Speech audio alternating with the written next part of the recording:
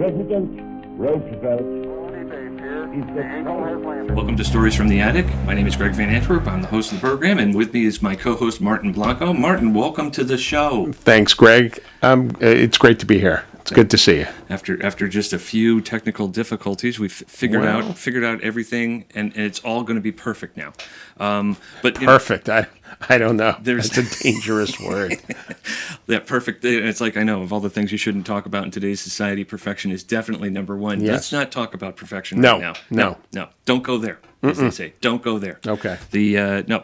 So I'm perfectly happy not to go there. Well, you know what? The imperfection in everything is really what we try and enjoy on this program, because we're reviewing the past, we're reviewing things that have already been done and said and spoken, and now we get to talk about them. Yeah. And that's like the best part. And one of those things that we really enjoy talking about is found audio. And if you've listened to our other episodes, you can review them now. We're on Apple Podcasts. Great. We're on Apple. Great, yay. Search Stories from the Attic. You may see another actual podcast called Stories from the Attic. A gentleman out, I think in Colorado, did a show probably about 8 years ago, pre-COVID. Hope he's okay. Mm-hmm. He called it Stories from the Attic. I think he was like with a local library, and he did about 3 or 4 shows, and then seemed to kind of go, yeah, that was good for me. But for us, it's going to go on. So you'll see the Stories from the Attic logo. I think he has more of a typewriter logo. He's probably a better writer than I am a finder of things, but that probably isn't true, because we found something really cool today, Martin. And you know what? You're actually holding the liner notes to the needle drop we're going to do on this little first segment. Look here. Look at this. The best of Pick a Show. Now, the best of, right. The best of, this right. Is so right here. This is the finest that this program had to offer. That's right. We're gonna the best. We're gonna hear the best, and so the only thing I can tell is, and again, the joy of digging in attics and basements is not, there's record collectors out there, Martin, that when the doors open up, they go right to the record. They go right to them because they know exactly what they're looking for. And me, I have no idea. Yeah. But I do have an idea, and it's anything spoken word. And when I saw this, and I saw that it was a game show from 1973, 72. Well, the mark on the record album casing is 1972. Yeah. And this was, and it's hard to tell if this was in the bargain bin, because Martin, what was the cost of this record back in 1972? The retail price in 1972 was $295, and I should add that it says right here boldly that the net proceeds from this album go to the Muscular Dystrophy Association of America Incorporated, right. which is nice. So we won't play enough of this to get us into any copyright trouble, but maybe we will. Who Good, knows? But because we also do, on the back, it very clearly says, no part of this album may be broadcast without permission from Scooter Records. Scooter. You know what? You don't want to get Scooter mad. No. Scooter is, he'll run you over with his scooter. But best to Pick a Show. It looks a whole lot. There's a great shot on the back of these cameras. And so basically what I think it is, and not having listened to more than a few seconds of this, I think it's like dialing for dollars. Where you basically were now, does anybody know what dialing for dollars is? Here I go, like, dialing for dollars. Everyone knows what dialing for dollars is, right? Don't you know what dialing? No one. I only know what dialing for dollars is really from Janis Joplin's song. Interesting. Lord, won't you buy me a Mercedes Benz? Or Lord, won't you buy me a color TV? Dialing for dollars is trying to reach me. Yeah. So it's basically you would call up and you would be kind of like a phone-in contestant. Right, but I think they would call. No, maybe you, for dialing for dollars, you would call in. But in other contests, they call you, and that's sort of what's happening here. You have to be home, so watching the show and hoping that they call you. I think that was so not funny how times have changed. We're now dying for dollars. So send your dollars to CARE or the Muscular Dystrophy Association. But that's still very much a thing. But now we got Pick a Show. Now I don't know why you'd call it Pick a Show. I think we're going to find out, but I think basically it looks like a game of concentration that's basically, and people are called randomly, often surprised, but pleasantly so. But let's just listen to a minute or two before Scooter comes and gets us. Now, guess this mystery man in show business for us. Who is this? Or that looks to me like the Buck, the foreman on High Chaparral program. We need his name, Mr. Van Pelt. You need his name? Yes, Mr. Van Pelt. You mean is the actor his real name? his real name. Oh, that I couldn't, I don't. Oh, Sorry. we have to have his real name. The Yep, judge- so nothing for you, Mr. No, Van Pelt. By the way, For those who follow Charles Schultz's Peanuts, we all know that Van Pelt is the family name for Lucy and Linus. That's right. That's right. I didn't think it was a real name. The Van Pelts, and who knows where he chose that from? He could have been watching the show and said, this poor guy who just couldn't figure out who the lead was for High Chaparral. Yeah. And now he doesn't win his the actor's name, his real name. I don't know that. I don't know that. Yeah. I love the show, but so maybe Charles Schultz saw this and said, you know what? I'm so glad that I chose Van Pelt. Let's push the Van Pelt thing on on that as a sort of homage to poor Mr. Van Pelt. But so where did you find this exactly? Exactly, this was found in a home in Wilton, Connecticut. Actually, that the way for me to discover these things, Martin, is actually to get in before everybody else. So some might call it breaking and entering, but no, what I call it is working for estate sale companies and Potato. Exactly. It depends on your view of things. If you're inside the house looking out at me coming in, or if you're outside the house and I'm going into your house. There's so much transition that happens every day all around the world, and a lot of it is people moving from one location to another. Sadly, that location sometimes is a cemetery. That's dark humor, but the point is that people need to move on with their lives. Families need to move on. Houses need to be cleared.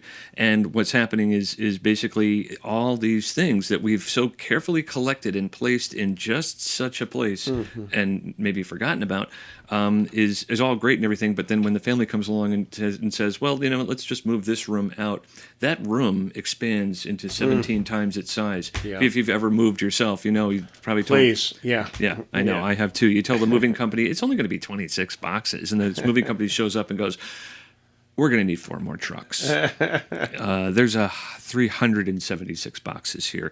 And that's what happens when you start to unpack, someone's existence within their home, their attic, their basement. And these things just come out. Who would ever think that, I've got to go to the store and I've got to buy that record for the best of Pick a Show. Pick a Show, because last year's best of Pick a Show wasn't as good, but this year's best, this is really the best. And for $2.95, you can't go with the money going to muscular dystrophy. But look, right, it says in the back, General Electric is a big part. They were like the producers of the show for WRGB television, which still exists now. This is pinned to Schenectady, which is where GE had, if not their headquarters, right, major sense of operations. Yeah. Right. And they give credits to, I think, the Schenectady and the Troy Local Musicians Union, and which is great. Yeah. And this was a popular show, at least, I don't know, in the Capital District, and GE was behind it, but no one talks about it. Well, right? This didn't make it to Nickelodeon, right? Or the Game Show Network. This was before GE brought good things to life, I guess. And they just brought the best of Pick a Show to life. And they came up first. Let's get rid of Pick a Show. Now we can say we bring good things. And now GE will deny all existence of poor David Allen and Pick a Show and maybe even Mr. Van Pelt. In its time, this had, by everything implied here, the fact that they made a record version of it. Right. It had a following, and people were entertained by this multimedia. Even then, multimedia was the way to go. So it's possible that there might have been a radio version of Pick a Show, although you really have to watch on TV. I think that's what they're showing. They were showing Mr. Van Pelt, one of the and what a great Hudson name. Yes, Van Pelt. Absolutely. Truly the Dutch influence was the much. Rensselaers, there were the Schuyler's, the Van Pelts. Yep. The Van Cortlands. The Van Antwerps. Oh, wait. My goodness. That's me. How is it that you were not a contestant? Your family. Apparently there's a Dutch influence on this podcast as well as there was in Schenectady television. Look at that. So it was probably a very localized show. And one of the 2 channels you could probably get in Albany, and the 4 UHF channels that might have just come online. Yeah. And Pick a Show was probably like a Friday night kind of thing, like, hey, let's sit down, or Saturday night, after dialing for dollars, let's watch Pick a Show. And listen to these poor sods call in and not know the lead from High Chaparral. And if you know the lead from High Chaparral and you'd like to win a copy of this record, give us a call. Give us a call, right? No, but really, this is not going to move into the museum, which is just called My Garage, or Right. or it'll go to anyone who's really just calls up and says, hey, you know what, David Allen was my great grandfather. Can I please have that copy? And I'd be like, well, we'll have to come on the show, but yes, yes, you can For a price. Yeah.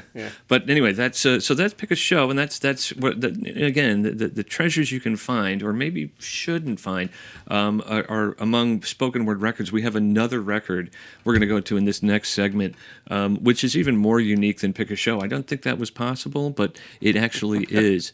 Or more esoteric. Or more esoteric, right. Well, in the days of vinyl recording, the one thing I haven't figured out was, and that, you have a lot of these mass-produced records that, showed up in the bins and in discount stores and in record stores when they actually existed. But then you also had the ability to buy technology, or go to your local corner recording studio, or even one of those crazy little booth things on top of the Empire State Building, and record your own record. And it turns out that if you dig through these piles of old records, you'll find these unicorns. And this particular one is actually a family giving their holiday wishes to their friends. Now, most people would write one of those letters. Did your family, Martin, ever write one of those, like, what's happening with the Blanco family? Oddly enough, we didn't, but Neither we're familiar did we. with them because we received a fair number of them. And every 5 years or so, I guess Barb and I would say, maybe we should write one. And then we're like, nah. But they're nice. Yeah, they're nice. well, it is funny. It is like a serialized version of people you met once, and now you get to kind of follow their story, and you're kind of like hoping for one child to make it at Harvard and the other one to crap out of Northwestern. You have this sort of secret kind of vicarious thrill of seeing how well they're doing. It's never bad news, but and now, really, wouldn't you love to get a letter like this? Well, things weren't great this year. Yeah. Maybe we'll do one as Stories from the Attic. We'll do our own version of. Little Timmy had a football injury. He broke his leg in 4 places. Yeah, right. He's gone. And then he was kicked out of school for plagiarism later in the year. That's not our best year. He's gone. Merry Christmas. Gone from tenor to high soprano in the chorus. It was a bad injury. Let's see if I can get this to play properly. Let's listen to the family. I won't give their name, but they are a family. That's all I'll say. Let's just call them the Van Pelts. Yeah, the Van, right. Wow. And they have an orchestra at their disposal. Right. You could have, right. This must have been recorded in Radio City Music Hall. Here we are at Christmas again. Ah. It's been 2 years since we've sent out season's greetings. The 3 of us have been seeing a lot of the world in the meantime. Oh, boy.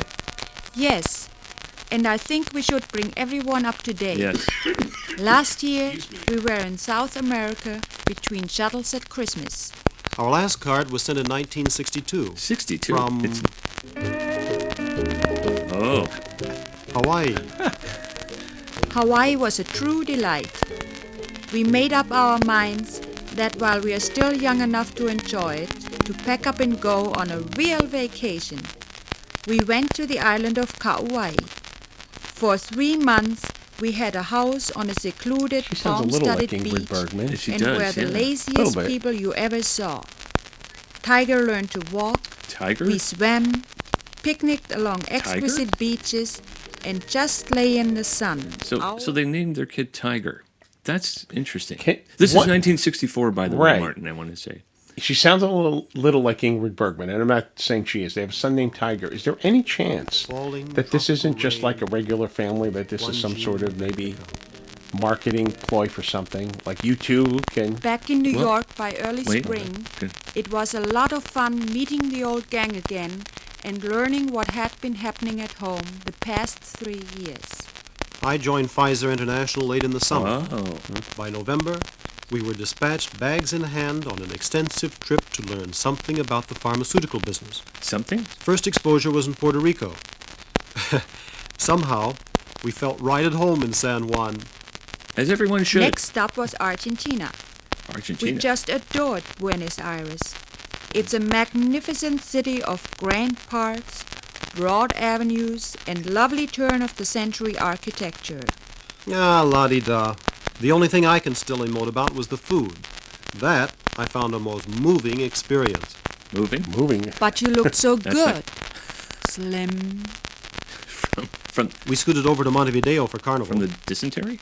Uruguay is a flat country of 2,697,834 people, with an area of 72,172 square miles, and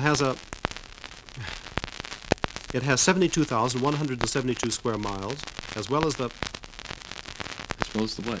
Anyhow, we saw Uruguay. Oh, this was redacted from the State Department. Apparently, right. Yes.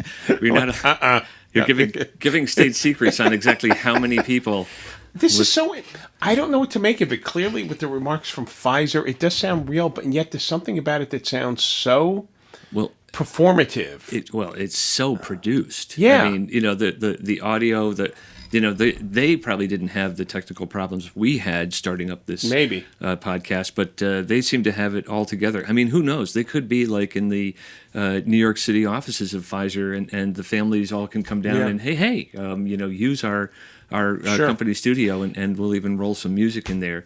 And the Hawaiian music, hopefully again not copywritten, so no one will get upset. Nice musical touches, clearly produced and whatnot. But we've listened to some other recorded family messages, not on an album, not on vinyl, but on tape, and they sound much more spontaneous.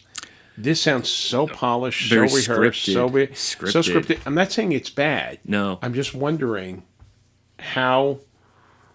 Not authentic it was, but Yeah, it's not. Yeah, again, there's no. Well, again, they talk about Tiger. I don't know how old Tiger is, or how many. Is it their cat, or is it their stripes he has? Yeah, exactly. The child. Not really sure. It's interesting though. The whole concept though is let's press a record for a greeting.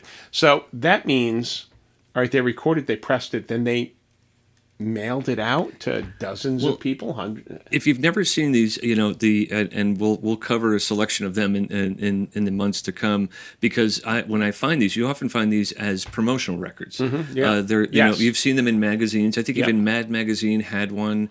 They used to come on cereal boxes. You could actually cut it out of a cereal box. Absolutely. And play it. I had the collection of stuff from the Monkees and the Banana Splits on cereal boxes. And in Mad Magazine, I remember All in the Family. Gall in the Family. I think it was called Gall in the Family.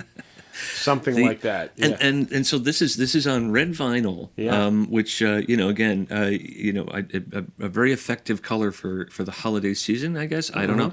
I'm seeing red. I know that.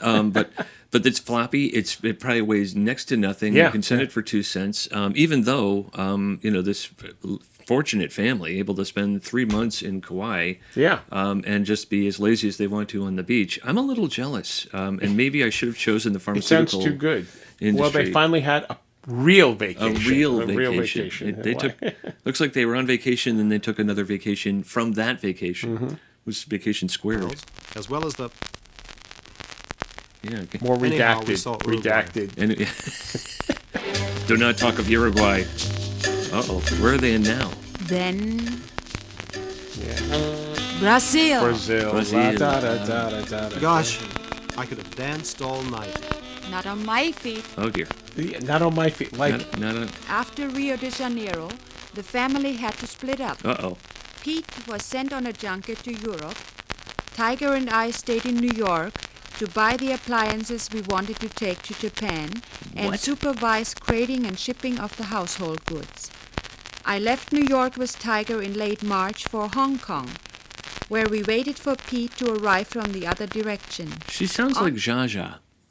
Oh, you think? I just adore a penthouse view, darling. I love you, but Give me, give me, isn't that Ava Gabor? give me Kyoto. Isn't that Ava Gabor? Oh, I'm Not getting my. Jaja? We had a wonderful you know what? reunion Whenever I in bring up Hong the Kong Gabor in sisters, April. I am While waiting Gaboring. for Pete, Tiger and I saw a lot of the colony and even took a tourist trip through the new territories to see the Red Chinese border. You didn't mention that. I had the impression you spent all your time shopping.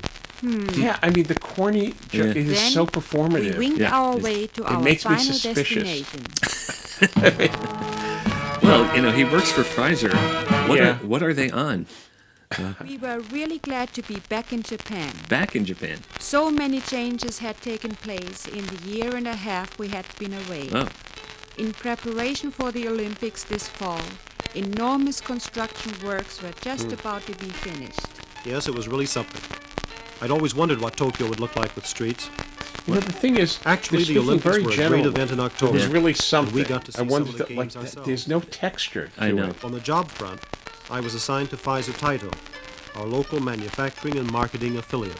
it's such a On it's the such a person- bland narration Yeah. that It was the biggest headache.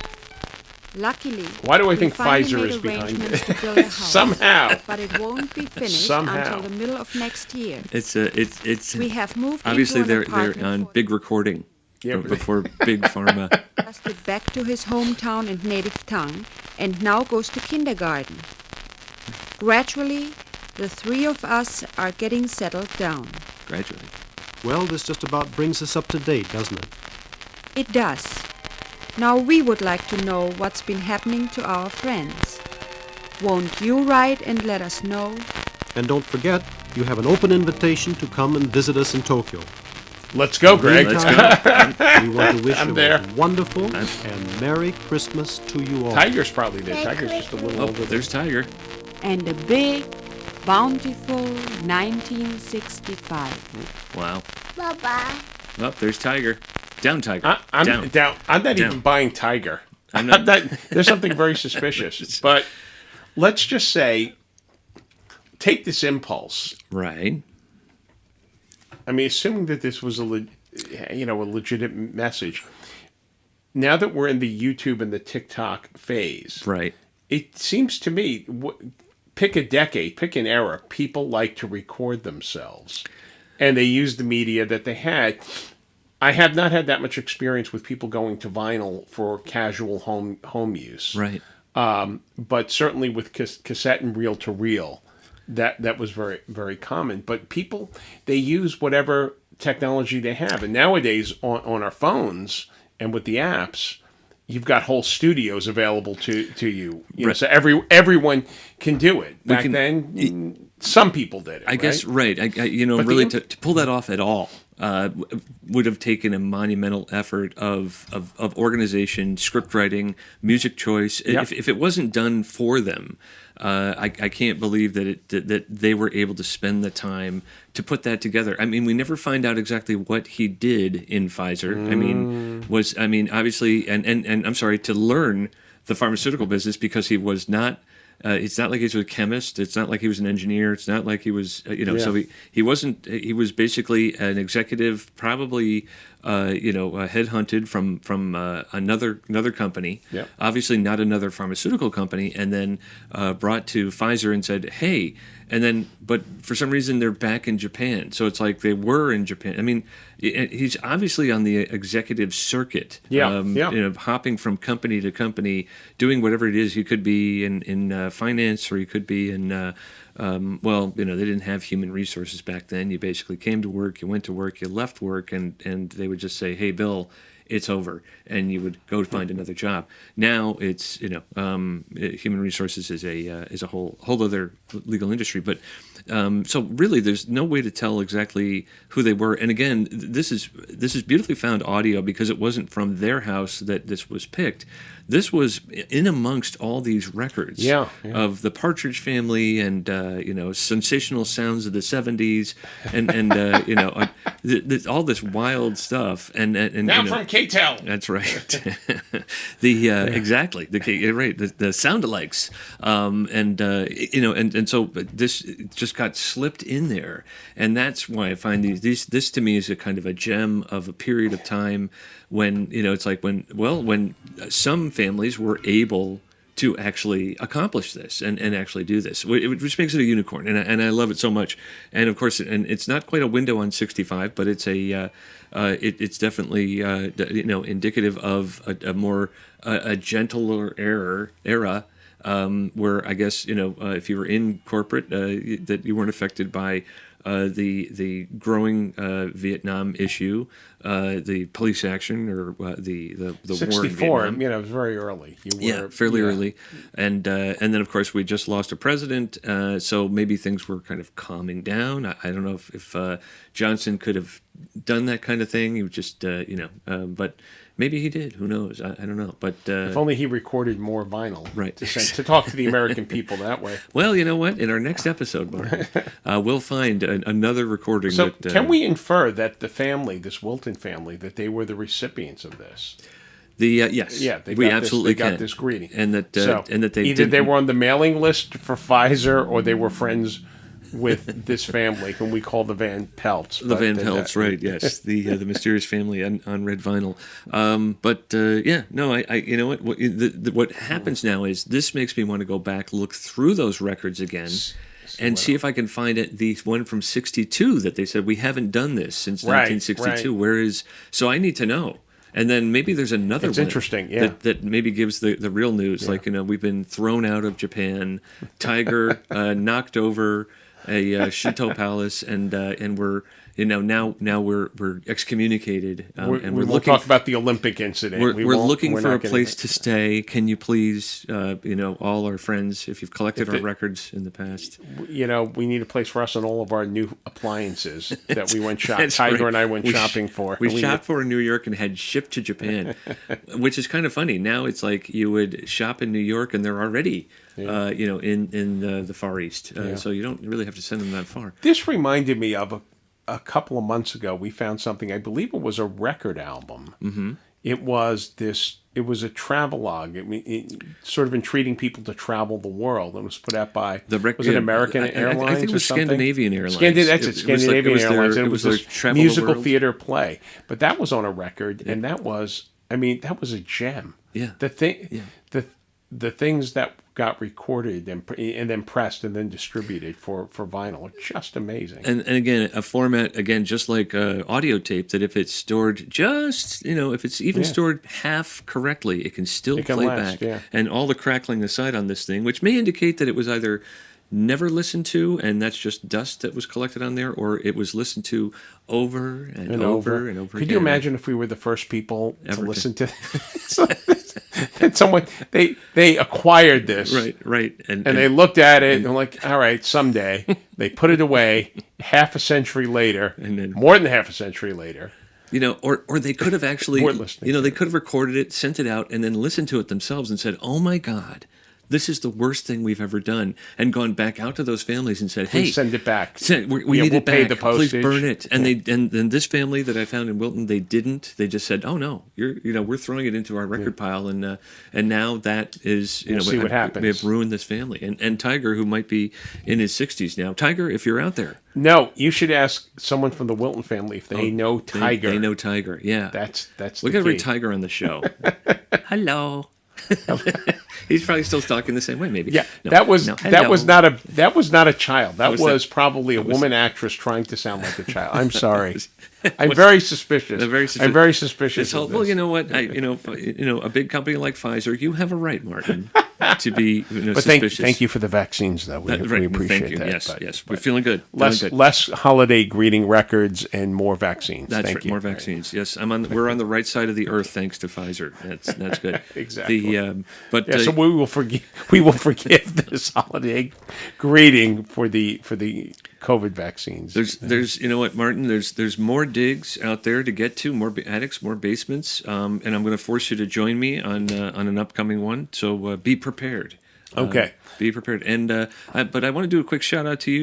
Your podcast, which is called, what's that called again, Mark? I wish I were a prosciutto. Yes. Also streaming alongside Streaming and Stories from the Attic. and then right, and you're trying to make it on the actually terrestrial radio. Yes. Is that, that's so It will run a couple of Sundays a month on GCH. GCH, thank you. All AM right. 1490, Greenwich, Connecticut. I'm It sorry. can be found on Wasn't Radio prepared for that. Garden, right out of Greenwich, Connecticut. Love right? Radio Garden, yep. Yep, absolutely. And again, we're now on Apple Podcasts, so you can listen to both either I Wish I Were a Prosciutto or this one, which is called Stories from the Attic. Stories from the Attic. But for now, Listen to both. I'm Greg Van Antwerp. I'm Martin Blanco. Thank you so much for listening and for watching. If we actually make this to YouTube. Bye-bye. Thanks.